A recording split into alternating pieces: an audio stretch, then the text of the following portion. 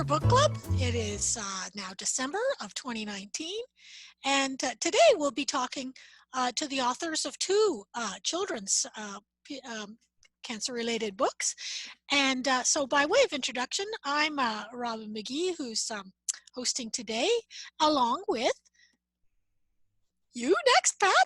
Oh, me next. Okay. Yeah, introduce yourself. I'm Pat Wetzel. I founded the Anti-Cancer Club and am the creator of Cancer Road Trip, which is a documentary series exploring health, happiness, and healing post-treatment. Joe? Hi, everybody. I'm Joe Dean. It's great to be with you. I'm the author of the book, My Dog Named Hope, which is a book for children and families going through challenges with pediatric cancer. Cassandra?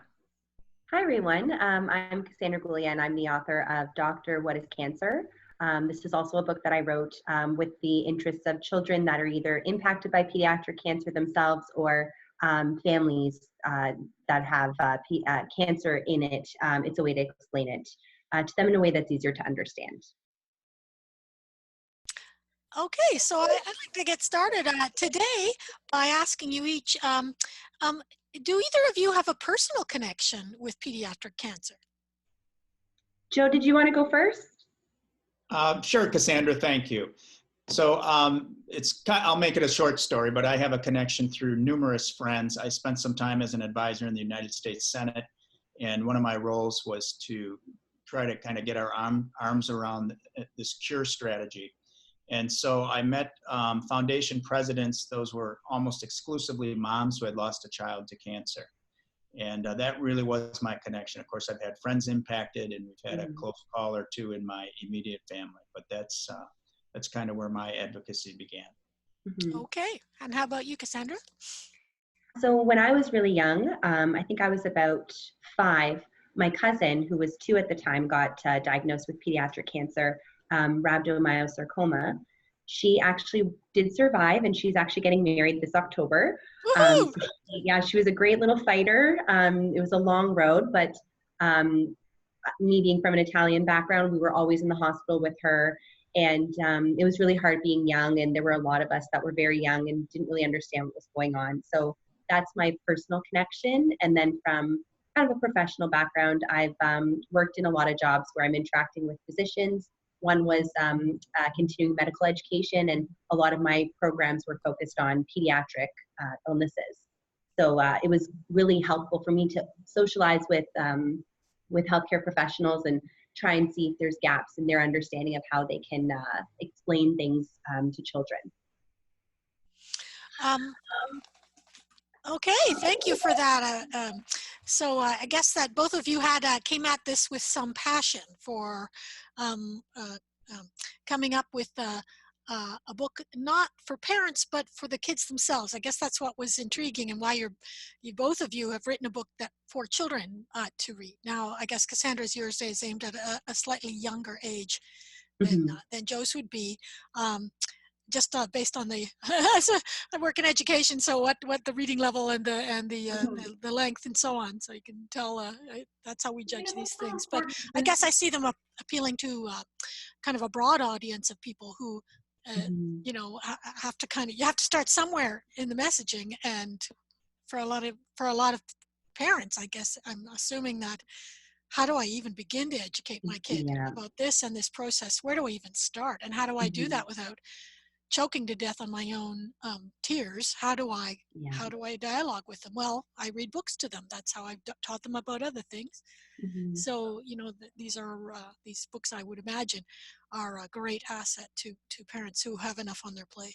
That's really insightful, Robin. One of the blessings and surprises of my book, I guess, was that we've heard from so many parents who get the metaphors that are built into this book. So essentially, it's a book about a little girl who has a very loyal puppy, and the puppy does all these tricks, but the one trick he has a hard time with is stay, because he's so loyal. So he follows her to a lot of her treatments and just throughout her life.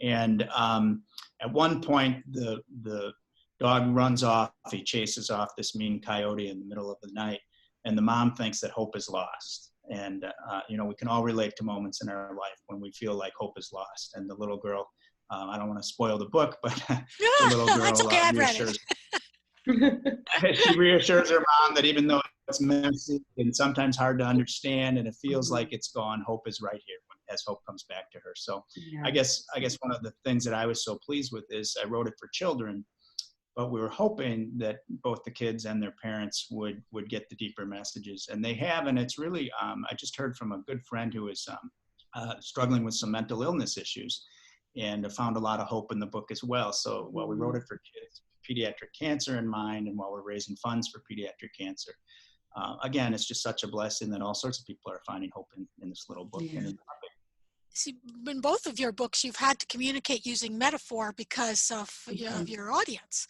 And my experience, I'm a child psychologist by training. I think a lot of kids intuitively get those metaphors. They get them right off, even at an emotional level, even before the adults who kind of go, oh, right, hope is a synonym for, okay, or dandelion. Okay, I get the dandelion thing. Yeah. I get it. Whereas kids just get that right away. Yeah, and like I think we underestimate them too. Like kids are a lot smarter than we give them credit for.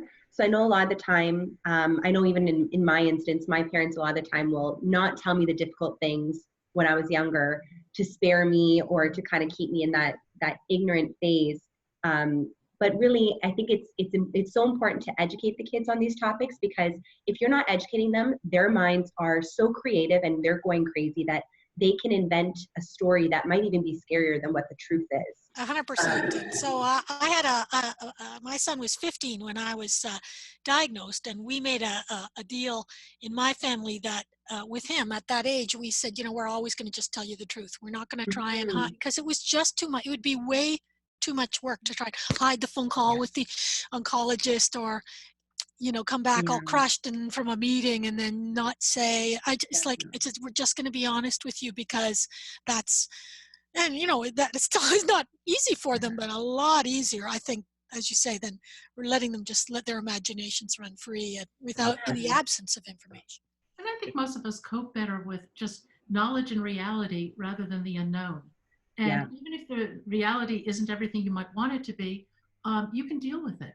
And I think, dealing with it through metaphor with kids is just brilliant. I really do. It's such a wonderful way to evoke that emotional response, to lead them down the path where you want them to go. That's great. Yeah, I have a very wise daughter-in-law who has a saying, know about you without you. When you're dealing with difficult issues, and you have to include these people, you have to include children, they're very smart. And one of the things we did was we took the draft of the book to the medical community and wanted to be sure we were very honest in the approach without scaring children needlessly, but that it was authentic. And so they helped us change a few of the pages and some of the wording and how we address this, this difficult topic. That's an issue for all of our cancer authors that we interview on Cancer Book Club, is that making sure the medical literacy is accurate. Sometimes it's quite sophisticated, what people go through, stem cell transplants and things. Sure. So there's a lot of lingo that all authors who work in this domain really have to wrestle with, those big issues, literacy and clarity of communication. A question for you both, perhaps in your interactions with the medical community. As kids go through treatment and then they, become young adults and everything, obviously there has to be a transition of care. How smooth is that? How well does that work? So I'm not a healthcare professional in any instance, but I know in general the transition can be very difficult. Moving from hospital to home can be very tricky. There's a lot that gets involved. There's a lot of people that are involved as well. And I think what's key is having that communication link throughout the journey of that patient through their treatment. So making sure that all the parties that are involved know anything that is pertinent in that particular incident. And as things change, the right people need to be brought in at any given time. And I think for the parents or the caregivers as well, having either a central person they can go to or someone they can talk to, knowing which resources to go to at different stages. Because I know for my cousin, she was in remission a couple times, and it was really hard for my aunt to go through and know who to contact and when she should worry and when should they bring in the normalcy was her issue was should she be treating her fragile, or should she be allowing her that energy and that socialization. So there's a lot from the health aspect, but even from the mental aspect, Yeah. making sure you have all the resources and you're getting the right information throughout as things change, because it's so fluid. Nothing from day to day is the same. Right. And Pat, I think it's a great question. I'm fortunate to volunteer with a group called Midwest Athletes Against Childhood Cancer. And their goal now is 100% quality of life survival. So as these children age from the treatments they've gotten, even as fortunately more and more of these children are getting cured, but sometimes the treatment is really tough on them, as you well know, as they get older. So the goal is really shifting to 100% quality of life as well as they get older. You know, the quality of life issue in medicine is one that really interests me in particular. How do you measure quality of life for a young person whose social development has been upset, their physical development has probably been upset, their emotional development? It's really, really tough. I mean, how do they start to measure quality of life, or is it a matter of just getting them back on track as best as you can with a lot of love and care? Yeah, and I think it depends on the patient and the child themselves, because even the family dynamic, they might have siblings, they might not. They might have been someone that was very active and involved in sports, and now that's been something that's changed. So I think having some sort of level of normacy, because I know that there can be really drastic changes that have to take place to support the child and the family, but having something that's concrete and like a safe point for them, that they know, yes, I'm dealing with this issue right now, but my life is the same. Like, I'm not losing all these connections, I'm not losing all these activities. I think that's really important, to have that solid base and have everyone on that same ground as well. In both your books, both of you use the phrase, I want to go play. I want to go play again. So for kids, like if you ask the kid, what is quality life at a certain age, they'd be saying, I just want to be able to play. Yeah. So I want to have the strength and the energy and the, you know, You know social. what amazes me about these kids, and I've worked with a number of veteran groups as well, and the similarity in some of the characteristics is just striking. I mean, their optimism, their courage, their faith, and so on. And what I see in the majority of these children in the fight of their lives is what's really helpful for them is when they think outside of themselves. And I'm amazed that they're able to do this, but they go and try to help other kids, whether in the hospital or whether it's organizing a fun run, or whether my book is dedicated to Emma Paulson, and she started a patient helping patients and would do care baskets for everybody within Children's Hospital. And I think part of that is really therapeutic as well, and healing, when they think outside of their current condition to reaching out and helping others. Yeah, I would echo that, Joe. I've seen quite a few different initiatives out there where it's the children advocating for themselves and advocating for other children with cancer, or a family member of cancer. So I think that's true. It's giving them some sort of purpose in a situation where they might not have the energy to go out and play, but it gives them something to do where they feel like they're empowered. I think empowerment is such a big thing, especially at such a young age, where they feel like they're vulnerable and they can't contribute as much to themselves either. Absolutely. I think some of the advocacy too is self-healing, if you will. It's a little bit of acting out in a really positive way to help others. Another question I wanted to raise with both of you, because it's December, we thought about the pediatric cancer because we were thinking about children in general in December being the month of Christmas and the month of holidays. So do you have thoughts about the vulnerability of families undergoing pediatric cancer at this time of the year? Absolutely. I think in general, for sure, I think there's lots of vulnerabilities, especially if there's siblings and other family members where they might feel neglected, or they might feel like, even in some cases, they might internalize it and becomes a feeling of guilt, especially if it's not explained to the siblings. They might feel like at a young age, oh, it was my fault they got sick. But I think it is important around the holidays to make sure that, again, you're keeping the same traditions, you're trying to do the same types of things you did last year, just so that everyone has that same sense of joy and comfort and family togetherness. But in general, yeah, there's a lot that goes into a family dynamic, and I think it's really important for each situation to treat it in a personalized way. So if there's a regimen that a physician is recommending for a child, they should really look at each piece of that family, to not just treat the child, but really you should be looking at it as a whole, and involving everyone in that process. So even siblings should be involved, because you want to make sure there's no resentment along the way. But yeah, Christmas, I know it can be a really hard time. It's supposed to be joyous, but it can be difficult if a child's in the hospital during that time. So even if it means bringing it to them, trying to keep it as familiar for them so that they're not feeling like they're kind of dealing with it on their own. So family-centered care. Yes. Absolutely. Yeah, and Cassandra, I think sometimes this actually brings families closer together. Hopefully it does. In My Dog Named Hope, it certainly, in this story, it certainly does. It brings the family closer together around the main character, Lindsay. And the message, I guess another message I'm trying to remember if it's in both of your books. It's certainly in yours, Joe.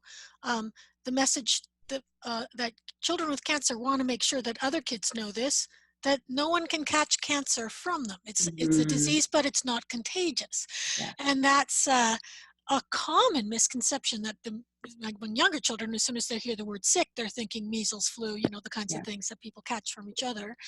And that making that careful distinction is this isn't something you got from someone, or or you didn't get it because you were bad. You didn't get it. Yeah. These kinds of reassurances that adults need too. Those kinds of addressing that question of because I guess that is. Pat and I, just before you got along, we're talking about stigma and cancer, and we wonder how kids process the stigma of cancer in their friendships outside of their family. And the part in my book that you mentioned actually came from one of the physicians, and she wanted to be sure that we emphasize that that this is a child with cancer. It's not a sick child. And then the main character, Lindsay, is discussing it with her basketball team, and she explains, just as you did, that this isn't something you're going to catch, from her. I was going to mention as well, I think in terms of the medical world, terminology is so important.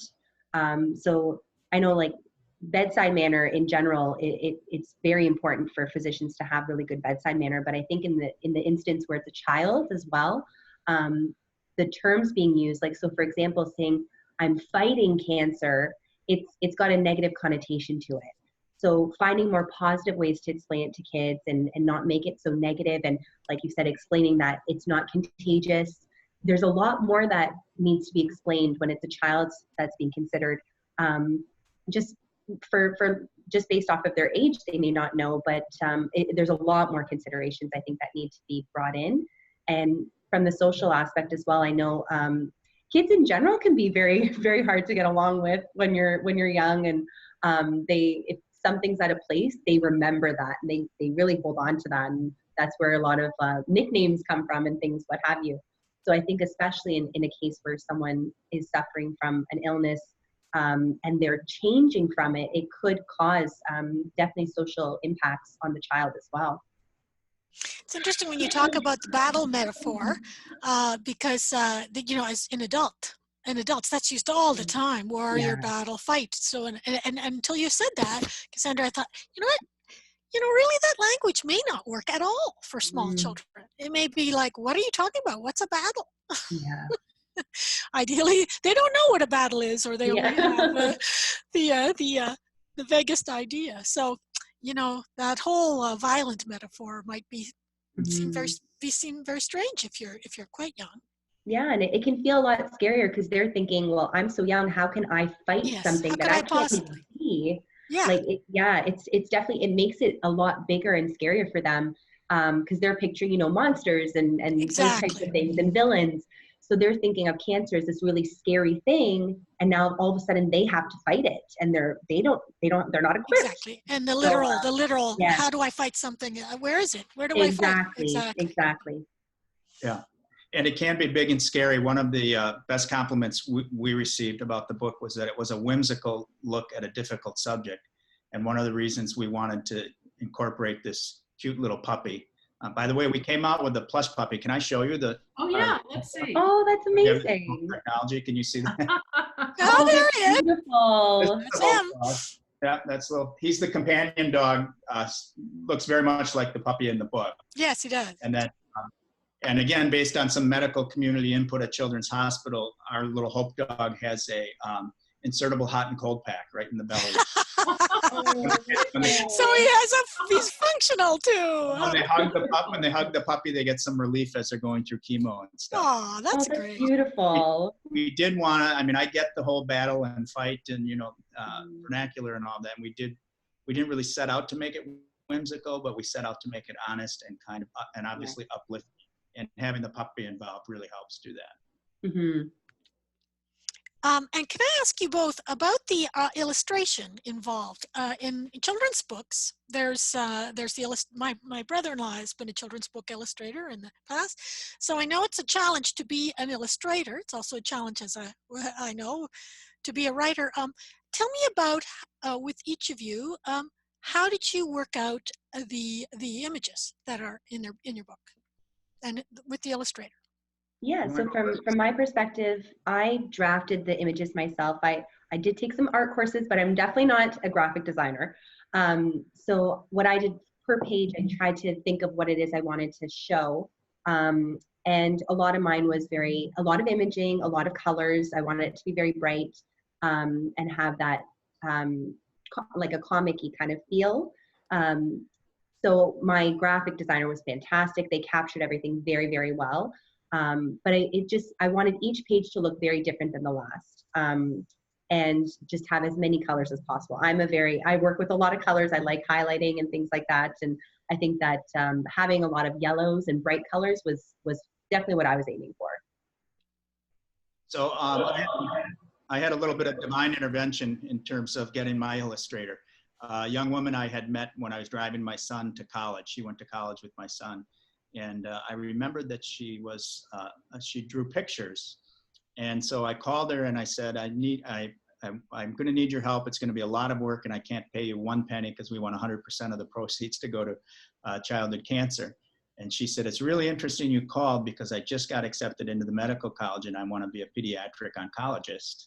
And so I would send her literally pencil drawing, just sketches, very rudimentary sketches along with emails on what I wanted the dog to be doing and so on. And she took it from there and just did a phenomenal job.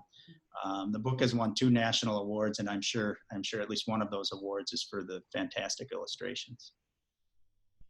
Is that kids, a lot of kids, again, getting back to their intuitiveness, they respond to primary things like color, like the images. Certainly the animal metaphor, both of you have strong animal metaphors in your presentation. And the dog, I think the dog in yours is the doctor, actually, isn't it? Because it's the dog, it's the same dog. The dog is it's the same color dog. It's that dog grown up in a white coat. Exactly the same. And it's funny, Joanne, I'm actually thinking of making a stuffed dog like pal for kids as well. So it's funny, yours is actually real. Mine's just an idea I had, but that's we so can help funny. with that. So yeah, we can help you figure out how to do that. That's great. I would appreciate it. And so I guess another aspect of writing a children's book is trying to sort of figure out issues of sort of brevity, and because of course they have to be far more concise than, so it must have been challenging to think about what do I put in and what do I take out. It was very challenging. My 4 children are grown up. We read a lot of books to our kids when they were little, but they're all adults now. And I literally would go to the local library and sit on the floor just piled in children's books to try to get that voice back. Yes. And like you said, to take a complicated message and edit it down so it's readable for children. And the illustrations help quite a bit with that as well. Yeah, I think I must have rewrote mine 4 or 5 times, completely different stories. So I have a lot of different iterations of mine, and it was definitely challenging. In a few, I wasn't sure how to end it. I wasn't sure how far to take it and what concepts I should include. And I think narrowing my age group to a smaller sort of population of kids, so like under 5, that helped me narrow down what concepts I wanted to include. but it was extremely challenging. I have to say it's a short book. I think it ends up being like 1.5 to 2 pages on a Word document, but it's so much harder to write than, you know, a 20-page research abstract. I wonder if it might be like writing poetry, like every Yeah. word counts and you have Oh, to be it's so true. careful. Even the use of certain verbs and making the sentence structure very short as opposed to these long sentences, and having like yes or no for connecting words. Like it's definitely a lot more to consider. And yeah, I did the same thing, Joe. I went to the library and I read books and I tried to break it down. And even some of my my family members and friends wanted to read the book, and I said, okay, you have to get in the mindset of a kid, because really, like someone else reading it, they won't capture it the same way as a child would. So I even had a couple of my friends' kids read the book to make sure that they were grasping it as well before I like finalized it for publication. So it's interesting, Cassandra, that you talk about you changed the ending of your book. Our book ends with an impromptu celebration in a hallway in the hospital and a bell ringing and so on. That's how it originally ended. And we got feedback from people who were really getting into this story. And they said, but we want to know what happened to her, you know, as kids grow up, right? And so on the inside back cover, so the book finishes and then you go through an acknowledgement section. And then on the inside back cover, we just have the full cover, and it's kind of subtle. But Lindsay is looking over her shoulder with a backpack, and it says University of, and she's walking up. Oh, and then that's great. And the little puppy is at the top of the stairs. It's funny how that puppy hadn't aged at all in the 15 years. Get away with that in a children's book, I think. Yeah. Wait a second, that dog would have a great muzzle by now. He's a little older in the back cover. But we thought that was a kind of a nice hat tip to subtly say that she's grown up and she's off and on her way to college. That's really nice. I like that. Those, and so in that way, on Cancer Book Club, we review books written by cancer-related books, typically written by cancer patients, but often also by doctors. Or we talk to poets, we talk to playwrights, we talk to videographers, any film, any number of people anybody who approaches the cancer experience through art, and all of them will talk about the challenge of somehow converting a really monstrous experience into something ideally sort of sublime, or something educational, something inspiring, something turning it into something that's going, but nevertheless will still connect emotionally with an audience. So you know, I'm going to stop there for a second, and I'm going to let Pat ask the next question, because I've got to sort of work on formulating my idea here. Oh my goodness. All right. I may take us off on a tangent though. Have you ever thought about doing a sequel to your books? Joe, yeah, you go ahead.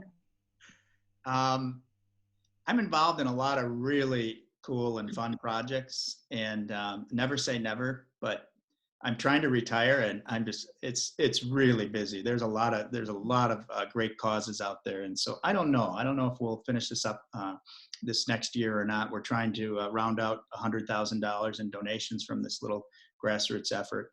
And I'm not sure yet. We'll see. Yeah, and from my perspective, what I've done so far is I've made a website. It's called Knowledge Heals Children. And on there, right now it's focused on cancer, and I have a lot of resources on that page. And I even put my book up there as a read along for free, so people can access it. But I was considering expanding into other areas, so autism and other types of topics as well that are really difficult to explain. Cancer was the first one that I wanted to do because it touched me on a personal level.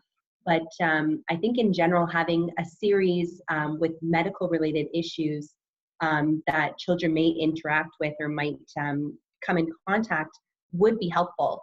There are a lot of great resources out there for sure already, but it is something that I really enjoyed doing. And if I could expand it in the future, absolutely, I would like to.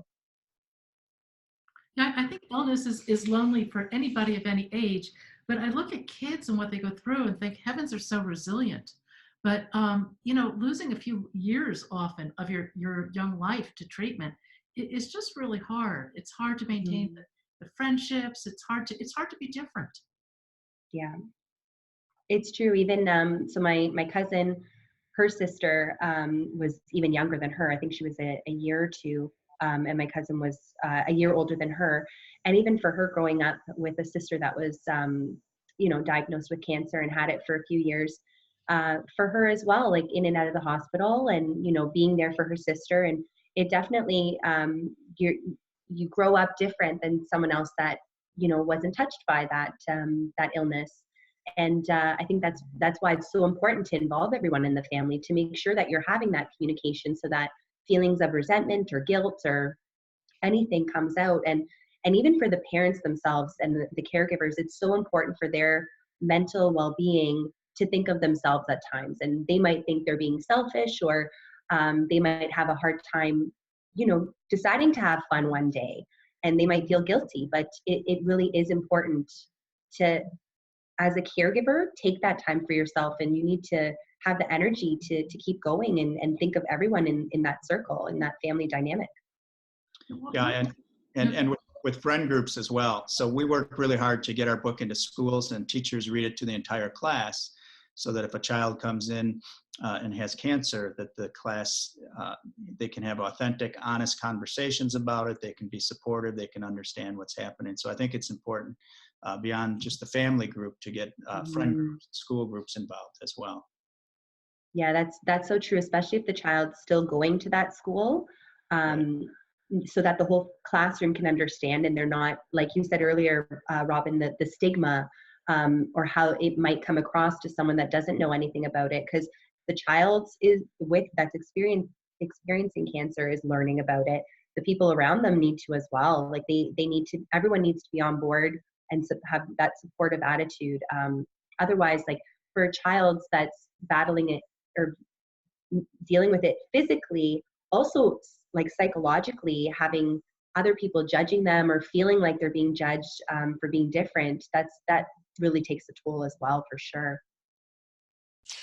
And we're almost out of time now, but I would like to ask you each of this one last question. Is there a question that you would like to be asked about your book that you have not been asked, either by me or by anyone else? Is there a question you've always wanted to answer that no one's asked you about your book? I'm happy to go first, Cassandra. Go for it, yeah. Okay. Yeah, I think something that was poignant that I learned along the way, when I'm a distance runner, and I was out in the woods on a long run as I was thinking about next chapters and getting ready to retire in a couple years and so on, and what I wanted to do. And I came back and listened to a podcast by Pastor Andrew Stanley, who does North Point podcast, kind of faith-based TED Talks, if you will. And he said there's one question that everybody should ask themselves when they're thinking about next chapters in their lives. And he said that question is, what breaks your heart? And then go to work on that. He said you'll never regret working on something that breaks your heart, making the world a little bit better. And for me, it was just so clear. I was involved in this childhood cancer space, and it was just breaking my heart. And so I just thought that was a really poignant question. And I tried to, you said, well, will we do another book? You asked. I don't know, but I'm going to continue to ask what breaks my heart and then go work on that. Yeah, that's a great answer. That's beautiful. That's beautiful. Yeah, I think for me, I don't know if it's a question I haven't had asked, but I definitely haven't answered. And that was my dream when I was younger and up until, a few years ago, was actually I wanted to be a doctor for children, and specifically with cancer. And it just so happened life got into to medical school in Ireland. And 5 days before I was going to accept, my sister told me she was pregnant, and I'm very close with my family, and I actually just decided not to go. So over the years, it's definitely been something that I've thought about, and I would have liked to have gone and become an actual MD. And this book really was really instrumental for me, because it was something that I felt like I could give back. Because my job, my profession is project management, and it's a great job, but it definitely, I don't feel I don't see the impact it has, and I don't feel the impact it has. And I've always felt such a connection with children. I'm so close with them, and I'm with my niece and my nephew.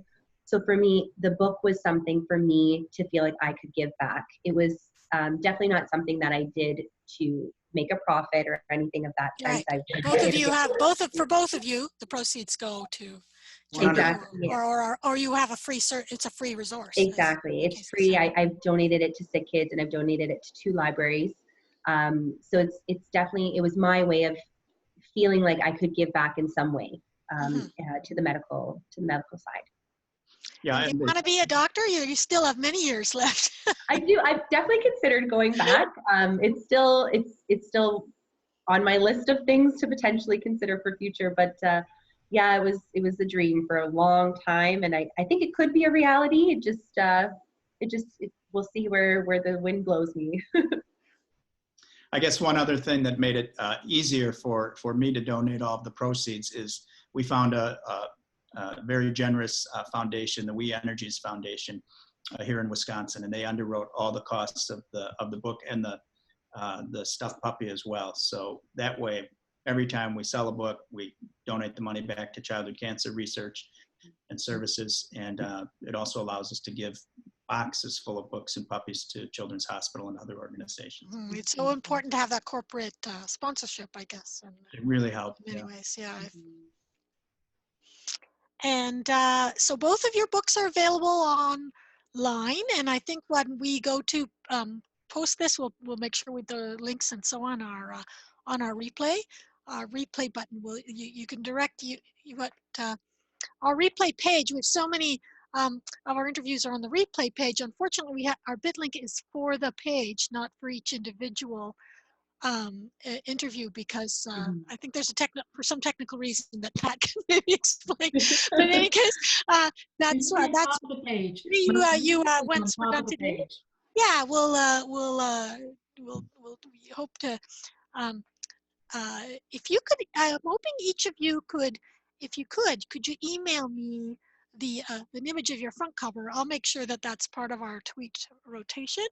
Sure. I know. Yes, I know the front covers. I just need something I can post on Twitter, and then retweet and so on, and we'll make sure that both your books are promoted. Yeah, my book and puppy are available at mydognamehope.com. It's pretty easy. We try to make it as easy as possible for people. So that's the bit link you want us to use? Yeah, mydognamehope.com. Okay, that's we what had we'll on use. Amazon for about a year, and now we're just doing it through this. It's just easier logistically for us to do it. Okay. Yeah, and Robin, I'll share my website. It's Knowledge Heals Children, and that's where I have the option to view the book for free and read it online. So I can share that with you, and this way people can access it. All right. Okay, and I'll create a bit link for that to use it for our purposes. And anyway, you'll find all that under the book club tab at anticancerclub.com. Thank you both for for 2 wonderful books and all the thought and care that went into each of them. Pat and Robin and Cassandra, thank you for your advocacy. This is awesome. Great to be with you. Yeah, this is wonderful. Thank you so much for setting this up. I think this is such a great cause. I really appreciate being part of it. So thank you. And if we don't see either of you, which we won't, have a wonderful, happy holiday and Merry Christmas and all good things this December. And you as well. All the best. Thank you. Thank you.